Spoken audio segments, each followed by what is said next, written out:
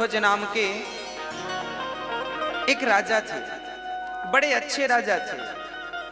उनका नियम था कि दान करके ही भोजन ग्रहण करते थे। पर याद रखना मेरी माँ, हम हिंदुओं का धर्म यह है कि हम जब रोटी बनाएं तो पहली रोटी नियम से गौ माता की निकालें। हम हिंदुओं का कर्तव्य है कि हम आखिरी रोटी कुत्ते को निकालें।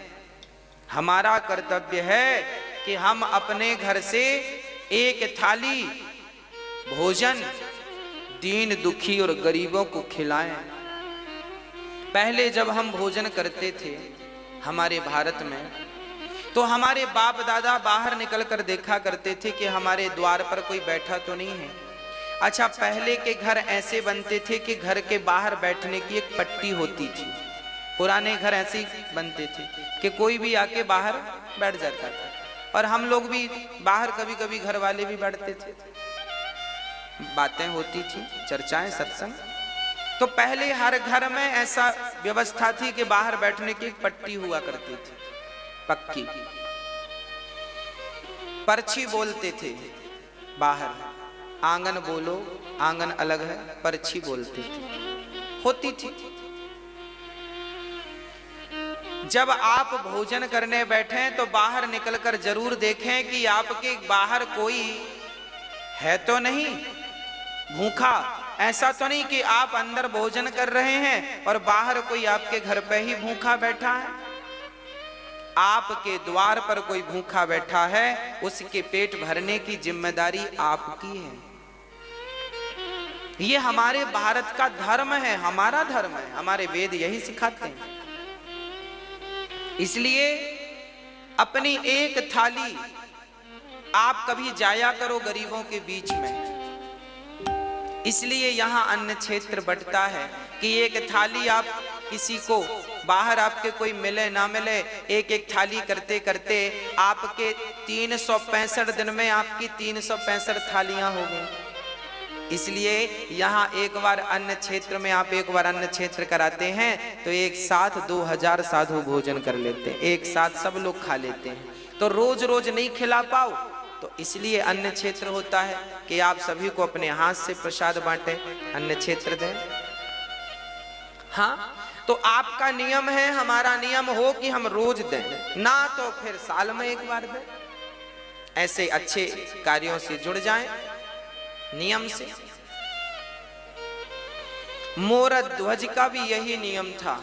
रोज ब्राह्मणों को बुलाते, उनके चरण धोते, उनकी सेवा करते, उनकी वंदना करते, उनको भोजन कराते, और उनके कहने पर जो वो कहते वो दान करते।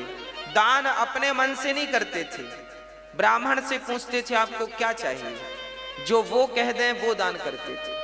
वो कहें कि हमें गाय चाहिए तो गाय दान कर देते थे, वो कहें हमें सोना चाहिए सोना दान, वो कहें हमारे रहने को घर नहीं है तो जमीन दान कर देते थे। राजा थे, ब्राह्मणों से पूछ कर दान करते थे आपको उनके मन का। ऐसे सत्यनिष्ठ राजा मोरध्वज, इनका डंका बजने लगा पूरे दुनिया में। इनके जैसा राजा, इनके जैसा दानी, इनके जैसा धर्मनिष्ठ ना भूतो ना भविष्य।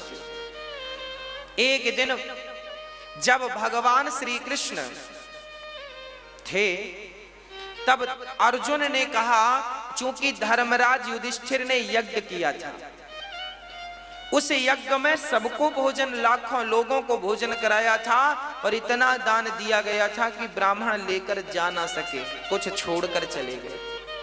एक दिन अर्जुन ने बड़े अहंकार से कहा कि कन्हैया, आज तक मेरे भैया जैसा यज्ञ और दान आज तक किसी ने किया है? तो भगवान है। जब अर्जुन ने कहा कि मेरे भाई युधिष्ठिर जैसा यज्ञ, इनके जैसा है कोई धर्मात्मा दानी, तब भगवान मुस्कुरा के बोले, अर्जुन तुम्हारे भाई का नाम तो दानियों में सबसे नीचे है। अब अर्जुन को बड़ा बुरा लगा, इतना दान करने के बाद भी लिस्ट में नीचे नाम।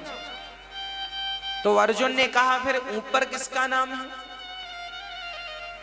भगवान ने कहा आप अर्जुन तुम मत सुनो, अपना काम करते रहो। नहीं नहीं प्रभु बताओ ऊपर नाम किसका है? तब भगवान ने कहा सबसे ऊपर नाम है मेरे प्यारे भक्त मोरध्वज का। अर्जुन को बड़ा बुरा लगा। अर्जुन को लगा कि मेरे भाई से बड़ा दानी, उनको डाउट था कि मेरे भैया से बड़ा दानी हो नहीं सकता। अर्जुन बोले प्रभु हमें देखना है कि वो कैसा दानी है, क्या दे सकता है। अरे हमारे भाई ने क्या नहीं दिया, धर्मराज युधिष्ठिर ने इतना दिया पंडित जी ले जा ना सके, ऐसा वो क्या दे सकता है। अर्जुन मानने को तैयार नहीं थे। मैं नहीं मानता कि वो दानी है। भगवान बोले तो परीक्षा ले लो। भगवान ने कहा ले लो। अर्जुन ने कहा आपके सहयोग के बिना परीक्षा संभव नहीं है। तो प्लान बनाया गया, यमराज जी को बुलाया गया, यमराज को शेर बना दिया गया, तुम शेर बन जाओ। बूढ़े शेर, दांत टूट गए सारे, और अर्जुन ब्राह्मण बन गए और भगवान श्री कृष्ण भी ब्राह्मण बन गए। दो पंडित जी और एक शेर, तीनों चले मोरध्वज के द्वार पर। भिक्षाम देही, भिक्षाम देही, हे राजन हमें भिक्षा दो। तुरंत राजा दौड़कर आए, ब्राह्मण आइए आइए आइए, स्वागत है, मेरे तो भाग्य खुल गए, आप जैसे दिव्य ब्राह्मणों का पदार्पण घर में हुआ। आए, मोरध्वज ने चरण धो करके, ब्राह्मण घर में कभी भी आए तो अपना अहंकार त्याग करके उसके चरण धोकर उसको अंदर ले जाइएगा। जब उसके चरण धोकर अंदर ले जाएंगे तो आपके सारे समस्त पाप नष्ट हो जाएंगे। चरण धोना परंपरा रही है हमारे यहाँ। एक बहुत बड़े कोई व्यक्ति थे, ज्ञानी, वो भी ब्राह्मण थे। उन्होंने अपनी बेटी की सुंदरता देखी तो एक सुंदरता देखकर एक लेख लिख दिया, मेरी बेटी इतनी सुंदर है, इतनी सुंदर, इतनी सुंदर। जैसे ही वो अपनी बेटी की सुंदरता का निरूपण अपने एक ग्रंथ में कर रहे थे तभी उनको कोढ़ का रोग हो गया। ब्राह्मणों को बुलाया, भाई हम तो देखो बेटी के ऊपर ये ग्रंथ तैयार कर रहे हैं, बेटी कितनी सुंदर है, लोग पढ़ेंगे, हमें कोढ़ क्यों हो गया। तब ब्राह्मणों ने कहा कि बाप थोड़ी बेटी की सुंदरता का वर्णन कर सकता है, अरे सुंदरता का वर्णन तो पति कर सकता है पत्नी की, मेरी पत्नी ऐसी सुंदर है। आप क्या तैयार कर रहे हैं ग्रंथ, आपको उसी पाप से रोग हो गया है, अब ठीक कैसे होगा। बोले सारे ब्राह्मणों को बिठाओ, इनके चरण धो और इनके चरण के धोए हुए जल से स्नान कर लो, अपने आप आपका रोग ठीक हो जाएगा। जब ब्राह्मणों के चरणों के धोने से स्नान किया तब उनका रोग ठीक हो गया।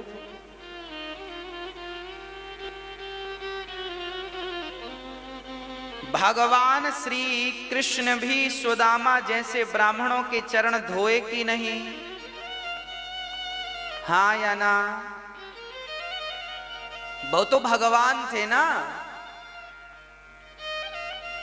भगवान को क्या जरूरत थी ब्राह्मण के चरण धोने की। अरे ब्राह्मण तो खुद पांव पड़ते हैं भगवान के, ब्राह्मण तो खुद भगवान के चरणों की धूल मस्तक पर रमाते हैं, ब्राह्मण तो खुद अपने आंसू बहाते हैं भगवान को पाने के लिए। उस परमात्मा के लिए हम रोते हैं और वो हमारे चरण क्यों धोएगा। क्योंकि भगवान कहते हैं अतिथि देवो, यदि मैं ही इस मर्यादा का पालन नहीं करूंगा कौन करेगा। इसलिए भगवान ने ब्राह्मण सुदामा के चरण खुद धोए हैं और फिर उन्हें भोजन कराया है। आपके घर कभी ब्राह्मणों को बुलाना भोजन पर तो सबसे पहले उनके चरण धोना और चरण धोकर ही उन्हें भोजन पर बिठाना, भोजन कराना। आजकल तो 13ही बरसी में भी लोग पांव नहीं धुलते। आप अपने माता पिता की 13ही करते हो ना, बरसी करते हो ना, तो आज के बच्चे तो इतने एडवांस हैं, वो पांव धुले क्यों, क्योंकि वो तो बड़े साहब हैं, पांव धुलने में शर्म आएगी, काहे धुलेंगे पांव। अरे भैया, ब्राह्मणों के चरण को जब आप धुलते हैं तो ब्राह्मणों के चरणों को धुलने में जितना पानी खर्च होता है, वही पानी तुम्हारे पूर्वजों को पानी प्राप्त होता है पीने के लिए रास्ते में। मैं मरूंगा तो मैं भी वही पानी पीऊंगा जो मैंने ब्राह्मणों के चरणों को धो करके बहाया है, वही पानी मुझे पीने को मिलेगा। आप भी मरेंगे तो आप भी प्यासे मर जाएंगे यदि कभी ब्राह्मणों के चरण नहीं धोए तो। जीवन में जलदान करना चाहिए, जो जलदान करते हैं वो पानी मिलता है आपको। और यदि जलदान नहीं कर पाए तो फिर चरण धो ब्राह्मणों के। इसलिए 13 में चरण धोए जाते हैं। ब्राह्मण 13 ब्राह्मण के चरण धोकर बिठाया जाता है ना प्रसादी के लिए। अब ये परंपराएं बंद हो गई हैं, लगभग सब मॉडल हो गए हैं, सब बड़े बन गए हैं, छोटा कोई बनना नहीं चाहता आजकल। आज एक बार कोई व्यक्ति बड़ा हो जाए उसके बाद छोटा नहीं बनना चाहता, वो कहता मैं तो खुद बड़ा हूं। गलत बात है।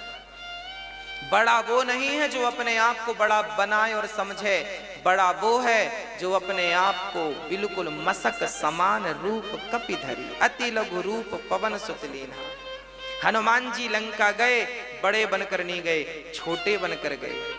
इसलिए ब्राह्मणों के चरणों से प्रीति हो, माता पिता के चरणों से प्रीति हो, माता पिता के चरणों को धोया करो। चलो ब्राह्मणों के चरणों को नहीं धोते हो, कोई बात नहीं, माँ के चरणों को धोगे तो उनका जो जल बचेगा वो भी तुम्हें मरने के बाद पानी के रूप में प्राप्त होगा, वही मिलेगा।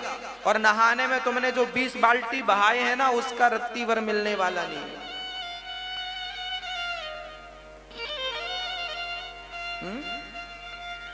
गौ माता को जो पानी पिलाया है वो पानी भी आपको प्राप्त होगा। जरूरतमंदों को जल का दान दिया है, वो भी जल आपको प्राप्त, जो दिया है वो मिलेगा, सीधी बात।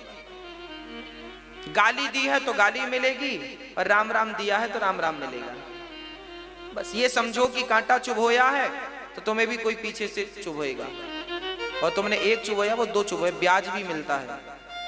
और आपने किसी के रास्ते में पुष्प बिछाए हैं तो आपने गुलाब के बिछाए हैं तो फिर आपको कमल के पुष्प कोई बिछा के देगा, क्योंकि ब्याज अच्छे का अच्छा, बुरे का बुरा। जैसी करनी। अब भगवान श्री कृष्ण आए हैं और उनको मोर ध्वज ने बिठाया है, चरण धोए हैं। और चरण ब्राह्मणों ने कहा राजन हम भोजन बाद में करेंगे, पहले हमारा शेर बाहर खड़ा है, उसे आप कुछ भोजन की व्यवस्था कीजिए। हाँ हाँ, मोरध्वज बोले बताइए शेर क्या खाएगा? उसके लिए हमारे पास बढ़िया, जो कहें वो हलवा बनवाएं, जो कहें वो रोटियां बनवाएं, मालपुआ खवाएं। क्या खाता है आपका शेर? ब्राह्मण कहते हैं राजन हमारा शेर तो देखो सभी शेरों की तरह वो मांसाहार करता है, मांस खाता है। अच्छा, मोरध्वज बोले कोई बात नहीं, हम मांस की व्यवस्था कर रहे हैं। अच्छा, कहां से मांस लाओगे? बकरे को मारोगे? ना ना ना। गाय को मारोगे? ना, राम राम राम राम राम। फिर मुर्गी को मारोगे? ना ना ना ना। फिर किसी प्रजा को मारोगे? ना ना, प्रजा तो भगवान है, उसे क्यों मारेंगे? मोरध्वज से भगवान ने कहा फिर तुम कहां से मांस लाओगे?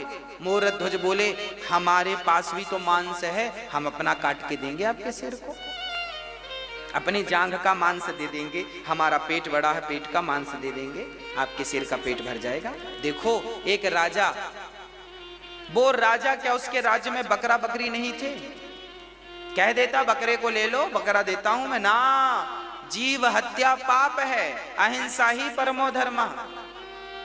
हम किसी की हत्या नहीं करेंगे, अपना मांस काट के देंगे। शिवी ने भी अपना मांस काट के एक कबूतर के लिए दिया था। मोरध्वज बोले अपना, ब्राह्मण बोले सुनो आपका मांस हमारा शेर खाएगा ही नहीं। क्यों?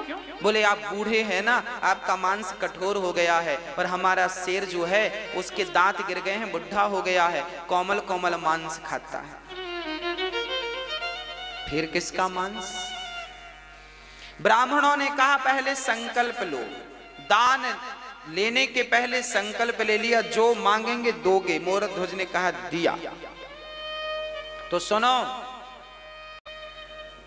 आपका बेटा है? हाँ हाँ है, ताम्रध्वज, मूरध्वज का बेटा ताम्रध्वज।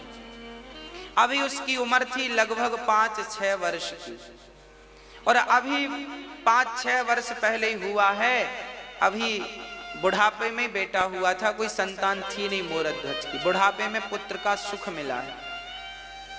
ब्राह्मणों ने कहा कि आपका बेटा है, हमें अपने शेर के लिए आपके पुत्र का मांस चाहिए। बच्चे का मांस बड़ा कोमल होता है, वो बड़ी आसानी से खा लेगा। आप जल्दी से अपने बेटे को लाइए और उसे खड़ा करिए। और सुनो, हमारे शेर के दांत गिर गए हैं तो मांस फाड़ नहीं सकता, इसलिए आप दोनों पति पत्नी अपने बच्चे को बीच से आरे से चीर करके फाड़िए और फाड़ करके मेरे शेर को डालिए। अब तो राजा दंग रह गए। राजा कुछ समझ ना पाए। एक पिता एक माँ अपने बेटे को आरे, चलो बेटे का दान तो बहुत लोगों ने किया है, पर बेटे को आरे से चीरना, और उस बेटे को जो एक ही बेटा हो, बड़ा लाड़ प्यार का बेटा हो। अब तो राजा का दिल जोर जोर से धड़कने लगा। समस्या ये नहीं थी कि बेटे को आरे से चीरना है, समस्या तो राजा के सामने यह थी कि बेटे को जबरदस्ती यदि फाड़ेंगे तो बाल हत्या का पाप लगेगा। किसी को जबरदस्ती मारेंगे तो पाप नहीं लगेगा। तभी देखो हमारे यहां धर्म कैसा है। वो नन्हा सा बालक जो मोर ताम्रध्वज था, वो दौड़ कर आया और पिता से कहने लगा, पिताजी इतना क्या सोचते हैं? आप यही सोच रहे हैं ना कि मैं तैयार हूं अपना मांस देने को या नहीं? राजा बोले, हाँ बेटा, मैं यही सोच, मेरा धर्म संकट यह था कि मैं आपको जबरदस्ती पकड़कर काट दूं, पाप लगेगा। तब ताम्रध्वज ने कहा, वाह पिताजी, अरे पुत्र का जन्म ही इसलिए होता है कि वो पिता के धर्म की रक्षा करे। जिस पुत्र ने अपने पिता के धर्म की रक्षा नहीं की, उस पुत्र का पुत्र होना व्यर्थ है,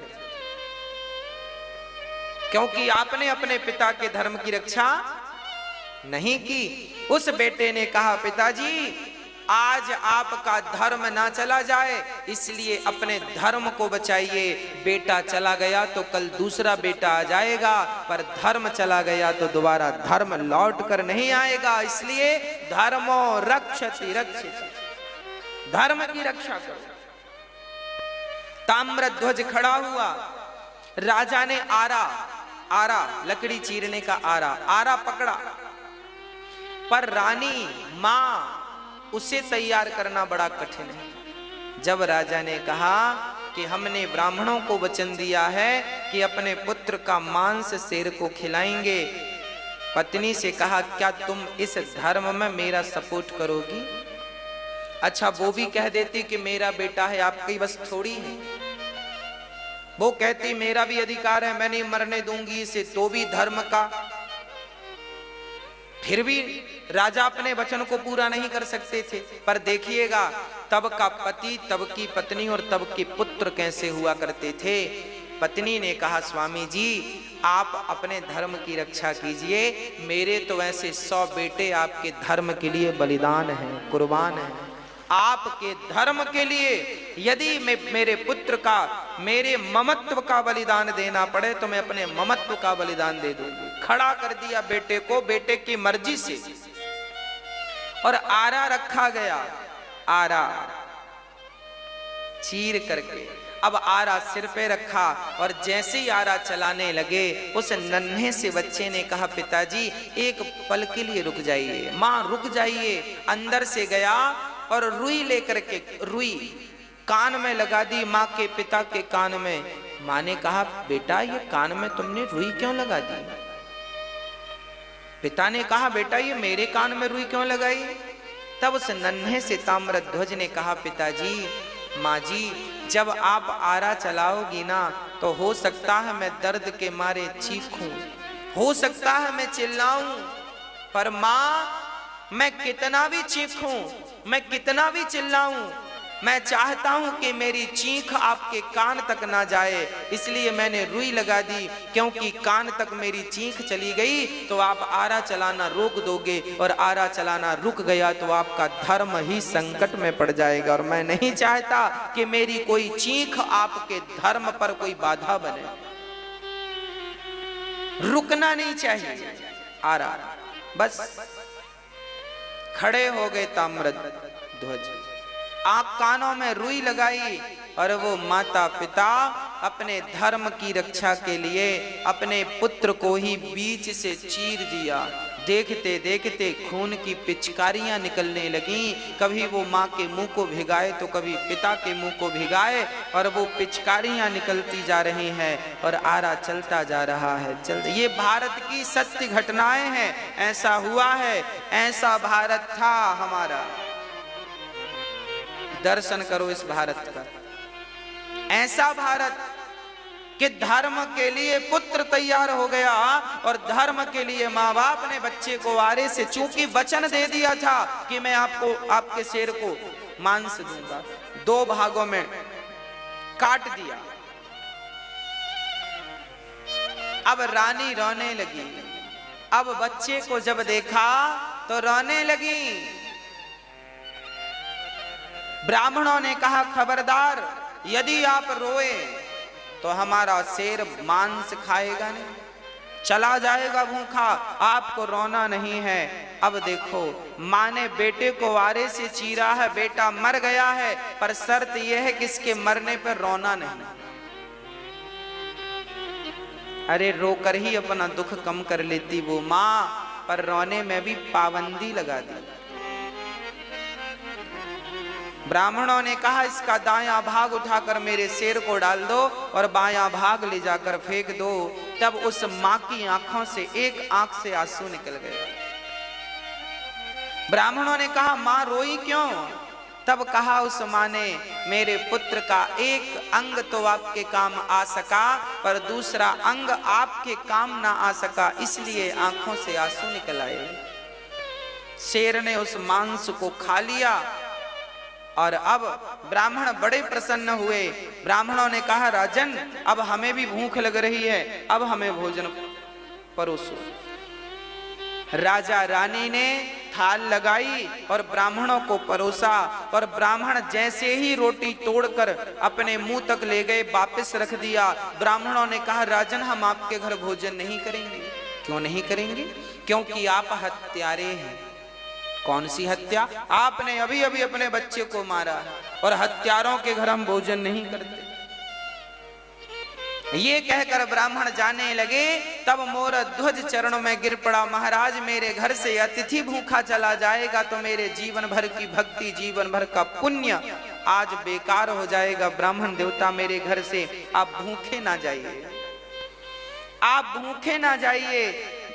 ब्राह्मणों ने कहा आप हत्यारे हो। अरे मोरध्वज ने कहा मैंने हत्या नहीं की, आपने ही तो कहा था। हमने कुछ नहीं, हम नहीं जानते। हमने कहा जरूर था, पर आपने तो हत्या की है, तो हत्या का तो पाप लगेगा, और तुम जैसे बाल हत्यारे को घर हम भोजन करेंगे, ये कहकर जाने लगे।